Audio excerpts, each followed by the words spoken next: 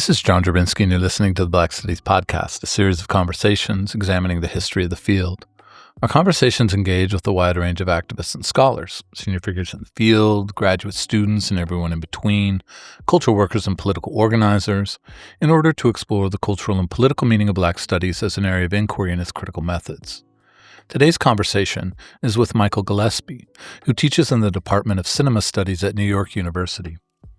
Along with a number of scholarly essays and critical pieces in key journals and collections, he is author of Film Blackness, American Cinema and the Idea of Black Film from 2016, co-editor with Lisa Uden of the groundbreaking art criticism collection Black One Shot, and is currently completing a manuscript entitled Dreams and False Alarms, Pleasure, Ambivalence, and the Art of Blackness. In this conversation, we discuss Black studies as a wide frame for inquiry, the place of expressive culture in the field, and the particular challenges and gifts of cinema studies for work on Black life. Good morning, Michael. How are you today? Good morning. I am doing well. It's still summer. I refuse to believe otherwise. Well, as I was saying before we started, we started school this semester, and I was like, I keep having to remind myself I have a class in an hour. So I'm also in that, like, I refuse to believe. You know, I remember being a little kid, and my parents told me why they decided to break it to me. I don't know, but I think I got too old for it, that Santa Claus doesn't exist. And I said, I choose to believe that he does, man. I refuse to give it up. I have that relationship to summer break. I'll tell you what, I made a big jug of rhubarb gin in the middle of the summer, and I still got some of that rhubarb gin left. So summer ain't over as far as I'm concerned. Man, I might have to get on a train up to New York City. That sounds pretty good. Well, I'm so glad we had time, you made time to get on the podcast and have a conversation with me today. You know, we've known each other for a while. I really love and really have such respect for your work. I think it works. You're working on a section, a part of Black studies, right, in film studies that just gets so little attention in terms of the wider vision of the field. And so getting to have your perspective, not only as a critic and theorist, but also as someone who works really closely with filmmakers, is just, to me, you just have such an important and really interesting perspective. So I'm really grateful for the kind of contribution that this is going to make to the series, which is just a long way of saying welcome to the podcast. I'm really happy to have you here. I'm really grateful for, appreciative of the invitation and to be a part of what's been a pretty fabulous project of yours. Oh, thank you. I will pass that on to my collaborators. We always appreciate a nice word on the project. We've loved it, and I just watching it grow has been really fantastic. And this is a great growth sort of episode. So, well, I want to talk to you about your research, about how you think about the field of Black studies and the study of Black life, and all of that. But I wanted to start really with the more personal question. Just ask you, what is it that drew you to the study of Black life? What got you interested in Black studies, and what keeps you connected to, and what sustains you in relation to the kind of work you do? So when you had, you had pre-circulated some of these questions to me before, and it was interesting to kind of have this moment of self-reflection of where this started. I think it begins with a conspiracy. It begins with a conspiracy, a plotting, that took place between my parents and my uncle, Lucius Outlaw. The two of them conspired to make sure that I went to a Black college. And that Black college, it's a great conspiracy. It was, I would love to think that I just kind of randomly ended up at Morehouse, but no, it was Lucius Outlaw working with my parents that got me at Morehouse. So it was really Morehouse College, the opportunity to be in an institution where there was kind of a pervasive sense of Black studies as the constitutive glue of an undergraduate education. I think, my relationship with Morehouse is deeply complicated, but I am deeply grateful for the experience, and I recognize that I wouldn't have been able to accomplish even half of what I've done in my life if not for the fact that I went to a Black college. I think being at Morehouse, especially having the opportunity to meet the person who's still my mentor was very important, Dr. Linda Zatlin. I was an English major, and I was really fascinated with literature and literary studies and textual analysis, while as well thinking about how much I became kind of fixated on the Black arts movement and all of these discourses around Blackness. Blackness in the sense of a cultural and political idea rather than something as biological. I became deeply, deeply interested in what it meant to then think of these kind of discursive conceptions of Blackness by way of textual analysis and all manner of literature. So when I finished at Morehouse, I decided that there was no way that I would ever go to school again. I had That I would be was part of your complicated relationship to the institute. well, yeah, that was like, clearly there's no way I could ever go to school again. And my mentor encouraged me to go teach English in Japan for a couple of years, which is what I ended up doing. And while I was in Japan, I just spent a lot of time doing reading, and really kind of connecting with some of the work that was so important to me as an undergraduate. And, I actually was sitting down thinking about, what were those books that were so crucial for me? And they were things like John A. Williams' Captain Blackman, William Kelly's A Different Drummer, Tony K. Bambara's The Salt Eaters, Sandra Cisneros' Women Hollering Creek, Jessica H. Dorn, Dog Eaters, and especially Randall Keenan's Let the Dead Bury Their Dead. Those were books that, what? They were just I was always kind of cycling through this work. And after the 2 years in Japan, when I went backpacking through Southeast Asia for about 6 months and thought I was going to be moving to Hawaii, but that relationship did not turn out well. And I ended up back, in Marietta, Georgia at my mother's house. Like, well, shit, I have no skills. I guess I should go back to school. And my mentor, again, she was talking to me about what I was interested in terms of graduate school. And I said, I love textual analysis, but I don't really care about the literary canon. And so she's the one that recommended to me that I should think about film studies. Oh, and that's because she and I were always going to movies together. So, and we would always go to movies together. We'd always discuss them afterwards. And that's kind of how I ended up eventually at NYU.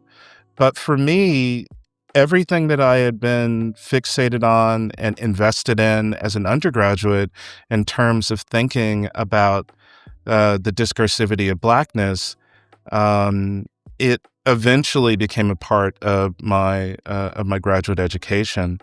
But what became strange at the start was that I actually thought I would be doing work on Japanese cinema of the 1960s. But the way that I was invested in thinking about Japanese films of the 1960s was through a lot of the training around culture that I'd got via Black Studies. Eventually, the Japanese cinema project did not happen, and I committed to do it, being someone who cared a great deal about Black film and media. That's kind of how I got to where I am now. I would also have to say that, growing up in a household where, my parents really didn't believe in babysitters. So I was always being dragged to the drive-in movies with them, be it a good idea or otherwise. But, some of my earliest film memories are Texas Chainsaw Massacre,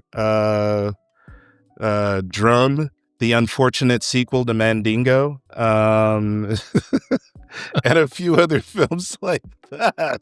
But I basically grew, and of course, got to give it up for Brian De Palma. My father was a huge Brian De Palma fan. So I kind of grew up always watching films, and always kind of appreciating films in a very particular context of around. I mean, yes, it gave me a great deal of pleasure, and I didn't really understand what cinephilia was, but I certainly grew up in a household that had a lot of cinephilic tendencies for sure. Yeah. It's so funny, you say getting dragged to the drive-in, and I assumed you were going to mention some films, and I was like, is this going to be some like exotic drive-in where they were like watching like Truffaut or, and you're like, no, Texas Chainsaw Massacre. Well, it's great because I remember once, so a dear friend of mine, Raquel Gates, she was a consulting producer on the Criterion Collection release of a Melvin Van Peebles box set. And she asked me to write a short essay on Sweet Sweetback's Badass Song. And while I was talking to a friend who was over for dinner when my mother was in town, my mother kind of piped in where she was like, Sweet Sweetback's Badass Song, I remember when your father took me to see that crap. And it was kind of this kind of shot. So it was kind of interesting to kind of think about even the way that my parents were watching films in Los Angeles in the 70s. Yeah, I don't think there was, I think in many ways I was born and raised to love film. That's a wild film date, actually.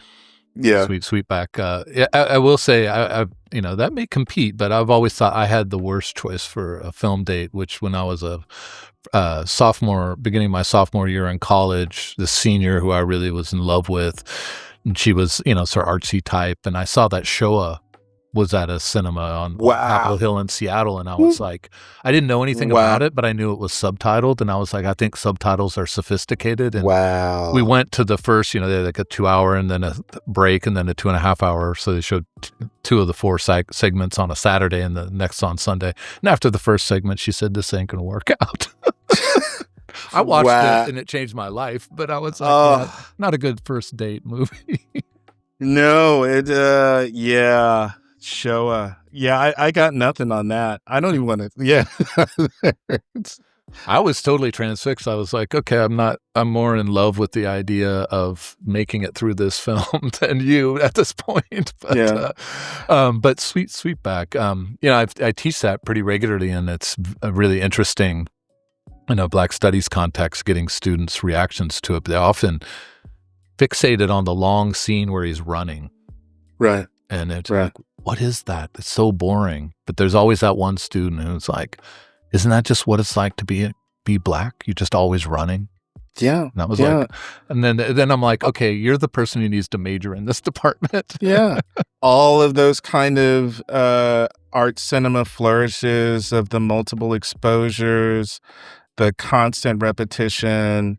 I mean, it's a pretty amazing art porn film that thankfully not everyone has dropped it from their curriculum. But of course we live in a I suppose the politics have changed and there so I have colleagues that are now afraid to show Sweetback's Badass Song. It definitely requires a speech before they watch. I still don't give trigger warnings, though. I kind of think of trigger warnings as spoilers. And to me, the thrill of watching a film is to be shocked and to be uncertain of what's to come. And I would also freely admit that I have some pretty strong vulnerabilities in terms of the kind of feelings that I have in my spectatorship. But I kind of welcome that in maybe a kind of masochistic way. I think it makes often for the most interesting discussions. Why is this the thing? Yeah. But although it's interesting to me, not to turn this just into a Van Peebles conversation, but my students' reaction and the handful of times I've taught it has primarily been boredom. They just found it to be really boring. Yeah. And I thought they would be more shocked by the sex and the young kid who's there in front of, porn actors. But they're just like, this is just really boring. And I'm like, well, what does it mean that you're bored? And then we have a great conversation that way. But yeah. I mean, I often, I realize at some point, I don't do it as often as I used to, but I remember like maybe 10 years ago, I would have to tell my undergraduates how to watch a film, Yeah. you know, of, you know, heads up, you can't be doing something else, right? You, and, you know, I'm not saying you have to have a catheter or anything, but you should sit your ass down and watch the film from start to finish. Yeah. You know, hide your damn remote, do what you have to, allow yourself to be captivated by something. And I don't think that uh, the youth today are encouraged to be captivated by film and media.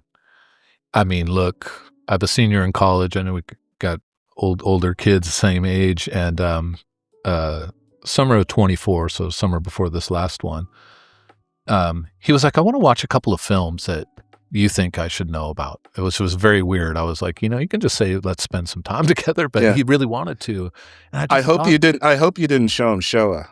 I thought about it actually, but I did Okay. not. All right. But I actually decided, let me go ahead and just draw him into a movie that's enthralling, right? Mm. Rather than sort of push his boundaries. And so we watched The Godfather 1 and 2.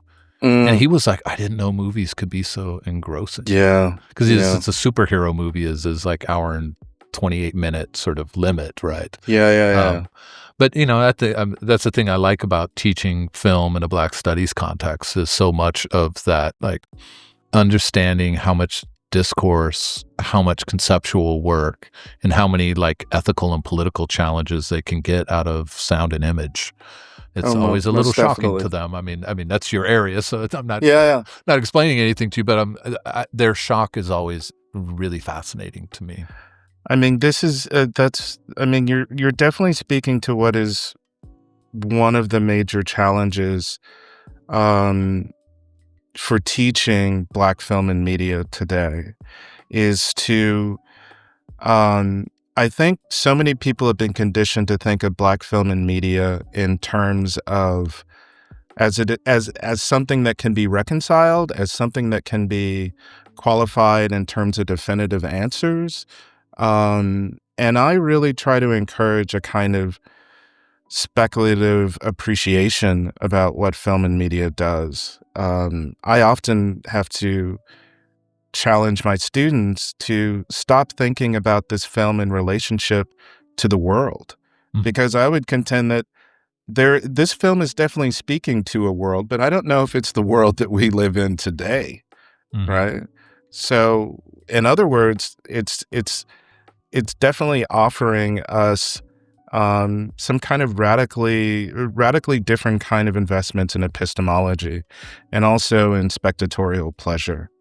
Um, I also, one of the things that I find challenging about teaching Black film and media and staying devoted to Black film and media is understanding that I'm learning every day more and more to embrace the ambivalences that I have about it.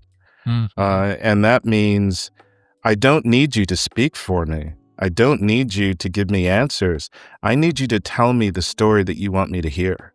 Mhm. And beyond that, I'm good, because ultimately I don't trust film and media. I love it, but I don't trust it. I mean, I push this on my students in terms of their own writing and conversations in class, whether they're undergraduate or graduate students, but also in terms of my own like reading and my own like engagement with any intellectual material, being interested in interesting things rather than right and wrong things. And I Yeah. think that's really revolutionary, actually.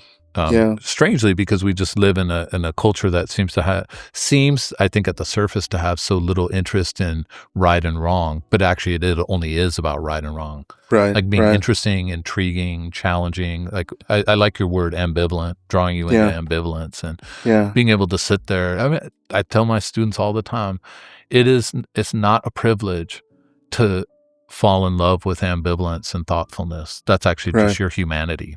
But they're just like, what? Right. But that's we're flattened world, right? We're Crazy didactic talk. everything. Crazy talk. I mean, it's so hard to teach, and I don't know if it's ever possible, to teach someone to be curious. But I know that, I mean, I have there were always times in the classroom where I can see someone articulating a curiosity, but they don't call it curiosity. Right? It usually will come across as some kind of, they're kind of frustrated with, why is it making me feel this way? And I'm like, that's actually the pleasure of curiosity. That's something that you can't reconcile about a film. Yeah. Right? There are films, and that I've been thinking about for 20, 30 years and still can't commit myself to write on them. But I still think about them all the time, and I still teach them. And maybe one day I will write on them. But my job is to keep thinking about them, and to keep trying to articulate that to my students over why I carry these things and why perhaps they should be carrying their own things, rather than doing a kind of art criticism that I kind of mockingly call it an autopsy. That kind of shitty art criticism where you're reading something like where the object is killed in the process of the reading. And I want my students to actually offer readings in which they're enlivening the object, where they're sitting with the object, where they're learning to basically shut the hell up and listen to what the object has to say, rather than insisting on what the object must do. And that's sometimes, and I feel emboldened to do that because of Black studies, in spite of the fact that some manifestations of Black studies perhaps are a bit too quantitative to allow that. Mm-hmm. Yeah.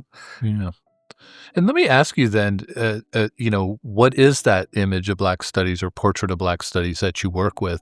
Because when you were talking about your time at Morehouse, it was really interesting to me the way you characterized Morehouse as being a sort of broad undergraduate education that was always itself Black studies, right? So right. as much ambient as it is sort of quasi-disciplinary, right? Or atmospheric across multiple kinds of courses and departments and disciplines. So I wanted to hear you talk a little bit about what that phrase, what that idea of Black studies is to you, what it means to you.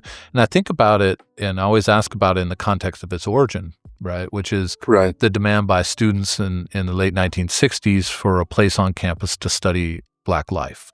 And disciplines hadn't done that. Black studies was going to be that place and became that place.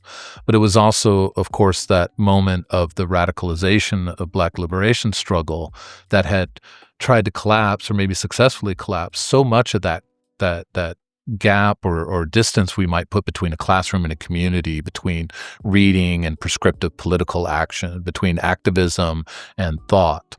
And so I think that tension is at play for a lot of people thinking about Black studies.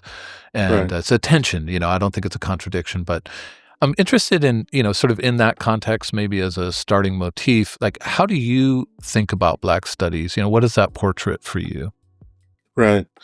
So I guess in terms of the first part of your question, with regards to Morehouse, I would actually say that institutionally, perhaps Morehouse did not necessarily advertise itself as this kind of haven of Black studies.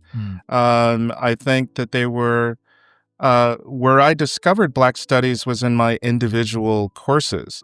If I was taking an intro to religion or intro to sociology or intro to psychology class, I was suddenly immersed in a kind of, what does this mean with regards to Blackness approach? And that to me was very much retroactively thinking that that's where my introduction to Black studies had begun, right? That it was about an understanding of Blackness in terms of an incredibly rich possibilities of becoming. And that for me was something that when I left Morehouse, yes, the relationship is complicated, but I also felt very anchored and justified and inspired to go on, right? You're absolutely right in terms of a kind of tension. I think that one of those tensioned issues is the divide between the qualitative and the quantitative.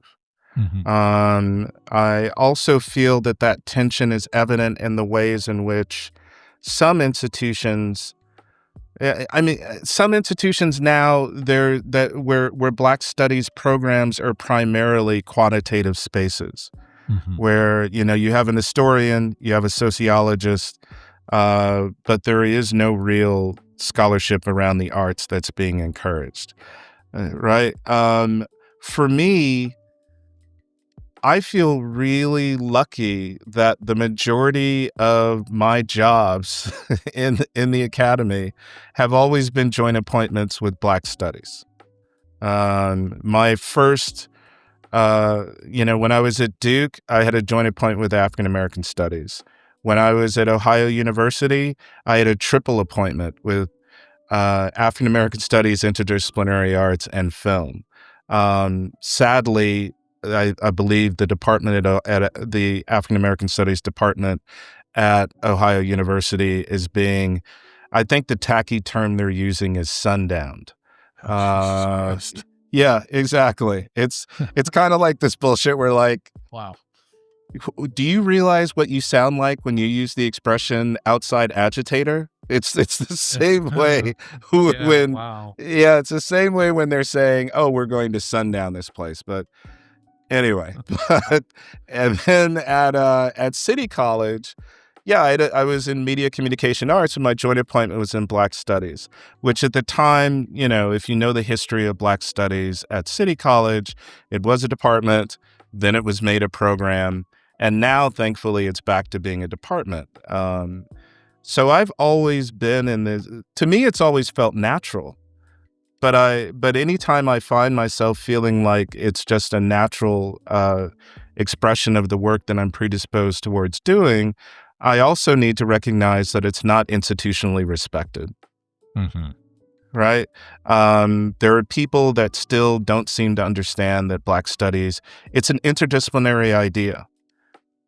That it's actually that you need to be thinking of the richness of Black studies in relationship to your literature programs. You need to be thinking about the richness of Black studies in relationship to your art studies or art history programs, or even your film studies programs. So I suppose I've never really had a lot of respect for the demarcations that or isolation that sometimes Black studies has been put into. Because I think that, I say it all the time that, when it comes to thinking about the idea of interdisciplinarity, is there anything on this earth that's more interdisciplinarity than race? Yeah. It's the richest and and one of the most valuable games in town. Right. I think also you could say that about gender. Right. But especially in my case, I've never felt the need to have to justify how I am as an interdisciplinary scholar. My investment is in the art of Blackness. So I can't be anything but interdisciplinary. Yeah. Right. I love that. Yeah. And to just sort of continue with that, how do you think your way of sort of intervening, contributing to pushing boundaries in the academic institution that is Black studies. How do you think that film studies approach interest in cinema and film Blackness, to quote a book title, how do you think that, I should read that sometime. That's Michael's book, in case you don't know, listeners. But how do you think that sort of cinema studies work fits in the sort of history of Black studies, but also, like, what do you think it introduces that's new or boundary pushing? Right. So I guess one way of answering that might be to talk about my own experience in graduate school. I know that whenever there was a school of thought that I remember at one point I was telling someone some of the work that I was doing, and I think I had mentioned Foucault, and they looked at me and they said, "Well, you can't use Foucault to talk about Black people." And I just remember being hurt, where I was just of this sense of, well, what do you mean I can't use Foucault to talk about Black people? Because to me, any critical idea or theory, it's just an opportunity of a tool, right? It's not an allegiance to me. So I became really interested in how many tools I could accumulate for the sake of trying to talk about to talk very specifically about the idea of Black film. Um, there were a lot of conversations about Black film and media that arose out of the 90s, especially in relationship to the Black film explosion of 1991. But I felt as though that work was very specifically tied to the 90s and trying to speak to this moment of this great proliferation of Black film and media in the early 90s. And so I started looking elsewhere. I wanted to see how are these conversations about the art of Blackness happening, or Blackness in general happening, in other disciplines. So I was initially drawn to American studies, and then I was drawn to art history, and then I suddenly realized, yeah, Black British cultural studies. That's really that's kind of an interesting model that could then be helpful for the work I wanted to do. So having no real allegiance to any disciplinary allegiance was quite helpful for me, because ultimately my devotion is to the object. Yeah. The object will tell me what it needs. I don't need the object to tell me who I am. I need the object to tell me what it is. And so that's always been kind of the way I kind of articulate my critical investment, and the way I articulate my pleasure. Is trying to be a good listener on the most basic of levels. What does this thing want to say? And my willingness to listen to it. And, this is it's so interesting to me across this series. And I think, it's labor intensive in some ways, but one of the blessings of being the person who does the audio editing for the series is I listen to all of them, pretty closely. And is that a blessing though? It's not a nightmare? I love listening to just because I hear these recurrences, right? Sometimes, whatever. I do a lot of sitting in the car waiting for my kid to get back from the bus, stuff like that. So, but this thing that keeps coming up, right, in different kind of costumes, in particular languages, is this, that, as you say, like listening to the object, it's what is it telling me, and figuring out what it's trying to tell me. And this idea that is the starting point in this broader Black studies sensibility. Rather than here's a set of methods I have, how can it shape an approach to an object, right? And that sense of the multidisciplinary. And so for me, what's so interesting about your work is, it's just interesting in and of itself, but in a Black studies context for me is there's not that much work that's done to say, what can a film studies sensibility do to help us listen to Black things? Right. Cinema, but also, I have to say, as someone getting started on a project on music, right? Yeah. Also about thinking about music, because I think there's that sensibility of listening, with eyes and ears at the same time. But that really is such a Black studies starting point across so many of these podcasts, whether people are historians or literary scholars or curators. Yeah. Yeah. When I think about the 21st century and the ways in which the conception of Black study has manifested itself in so many incredible ways, I do believe that Black film and media studies is the richest form of Black study in this century.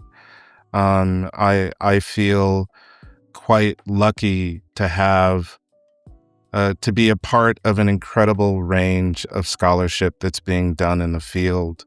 And in a lot of ways, If there's anyone to be blamed for the work that I do, I would say blame all of the dozens of people who are working in the field right now, who Yeah. who who have basically given me license or recognize that there's such a rich range of work that's being done. Hmm. I mean, whether we're talking about Raquel Gates or Kristen Warner or Allison Field or Kara Keeling or Jackie Stewart or Miriam Petty or Samantha Shepard or Alessandra Ryango or Yasmina Price, Ellen Scott. And I'm going to stop before I hurt somebody's feelings for not mentioning their name.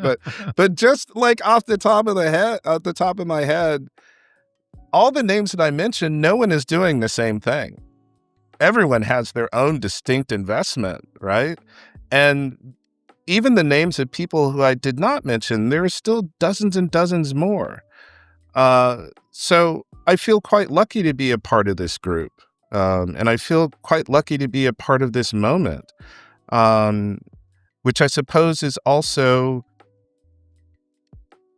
I really wish more people were reading Black film and media studies. I really do. And I really wish people that claim to be studying film were actually reading Black film and media studies. Because I honestly think it's quite pathetic to read work that is in no way engaged with the field. And I think that that's a standard you could say for any discipline, but it's especially painful when I have to read a manuscript or I have to read an essay that's been submitted. And usually at this point, the first thing I do is I'm going to look at your bibliography. And, and you look at the bibliography and you're like, come on now. This isn't even an art object at this point.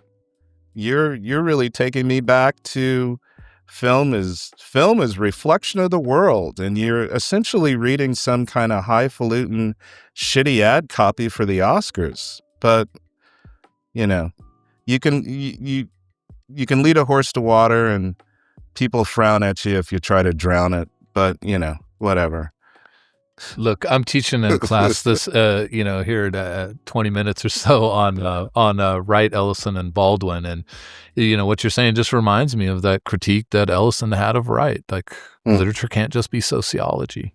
Yeah, but that's about the production of literature. I think it's kind of unfair to Richard Wright, but I think it's also about how they did love to kill their fathers back in the day. Oh yeah, yeah. I mean, I of got course, a couple of those kids too. But, yeah, I mean, the great irony of Baldwin being so hard on Richard Wright, and then you're reading Baldwin, and you're like, come on now.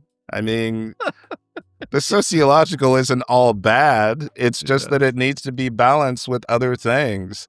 And I don't think any of us are immune to having these sociological flourishes.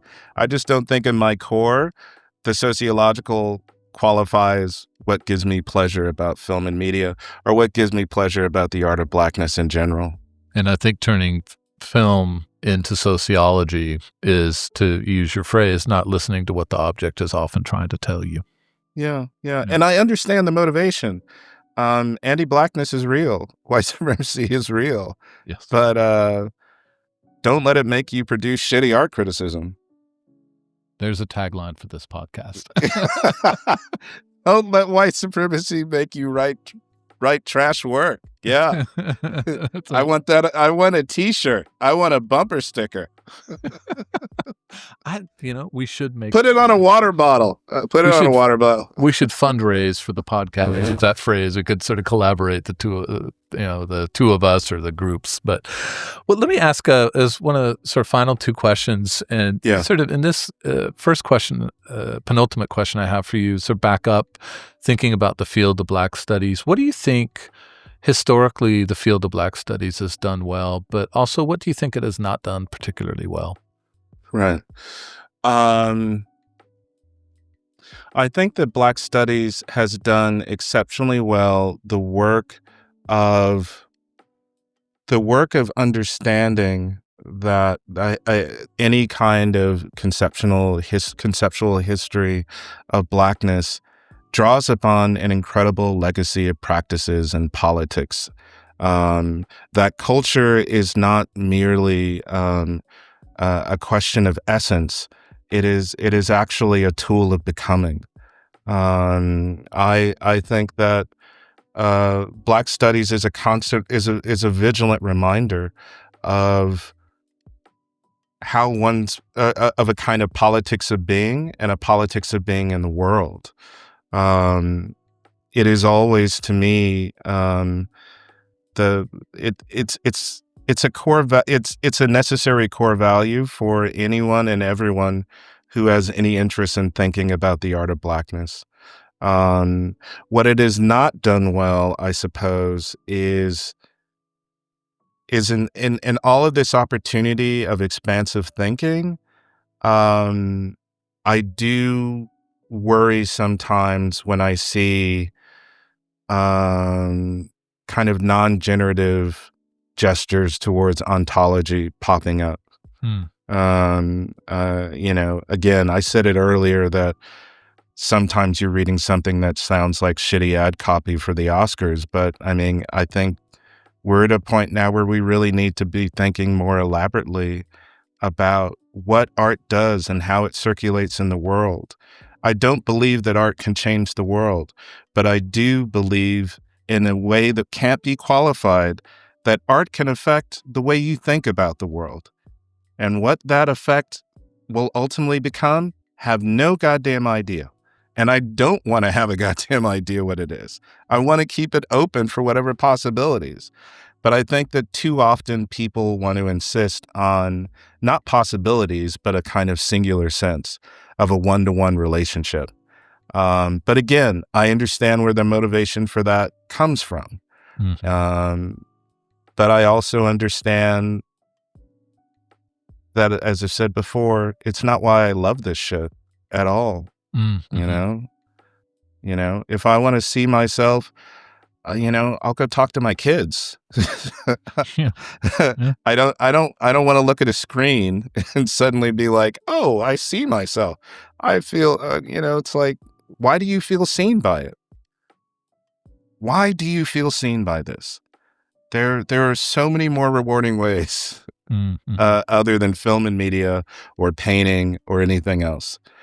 Um, I love art, I'm just trying to hold on and be clear about why it matters or why it should matter.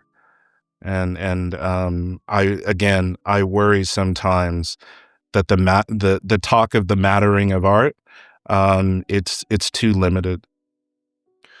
So that's perhaps already an answer or part of an answer to my last question, but I'll Mm, ask it anyway. I mean, first of all, I love that. That's yeah, the idea that, being open to all the ways that art estranges and yeah. teaches and disrupts, as well as, other modalities of identification, mobilization, so forth.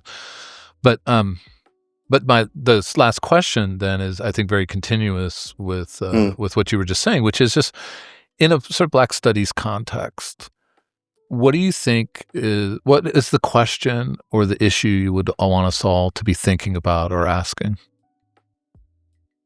Hmm.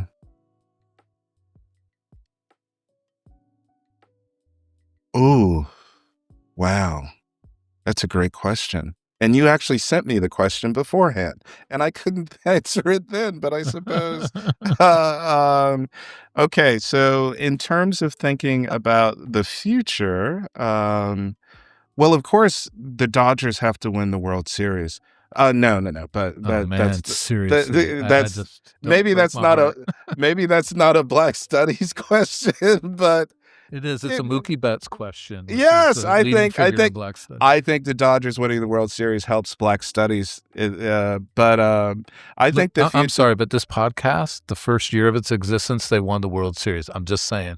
Right. Okay, it's there we go, there we go. To me, when I think about the future of Black Studies, I look at the work that's coming down the pike by my colleagues. I'm thinking of Raquel Gates's work. I'm thinking of Allison Field's Act of Love. Allison Field is the one who identified the Something Good Negro Kiss print, and she's written a whole book about it. I'm excited for the future work by Samantha Shepard. I'm still inspired and challenged by the work that Alessandra Raengo and Lauren Kramer are doing with liquid blackness. And there's plenty more folks out there that are doing great work. But I find that of the names that I've mentioned, that these are people who keep me, I suppose, they keep me still excited and curious about Blackness in ways, in very distinct ways, ways that I suppose the approaches, the numbers cruncher approach to Black studies has never been wholly satisfying for me. And I love the scholarship to come that will give us more to think about in terms of Blackness. I love that. What a great place to conclude. And I love names on the podcast because I like to imagine people are looking up these names. What are they working on? What books? What articles? What exhibits? So I Yeah. love the idea that every podcast can send itself outside the podcast, Can and I I can love I wrapping do up right there. can I do one more shout out? Absolutely. Okay. If anyone listening to this podcast has ever said out loud that they love Black film and media, then I expect to see you at the Black Star Film Festival in Philadelphia next August. The Black Star Film Festival, which bills itself as a film festival devoted to the global majority, is, I think, the best film festival in America.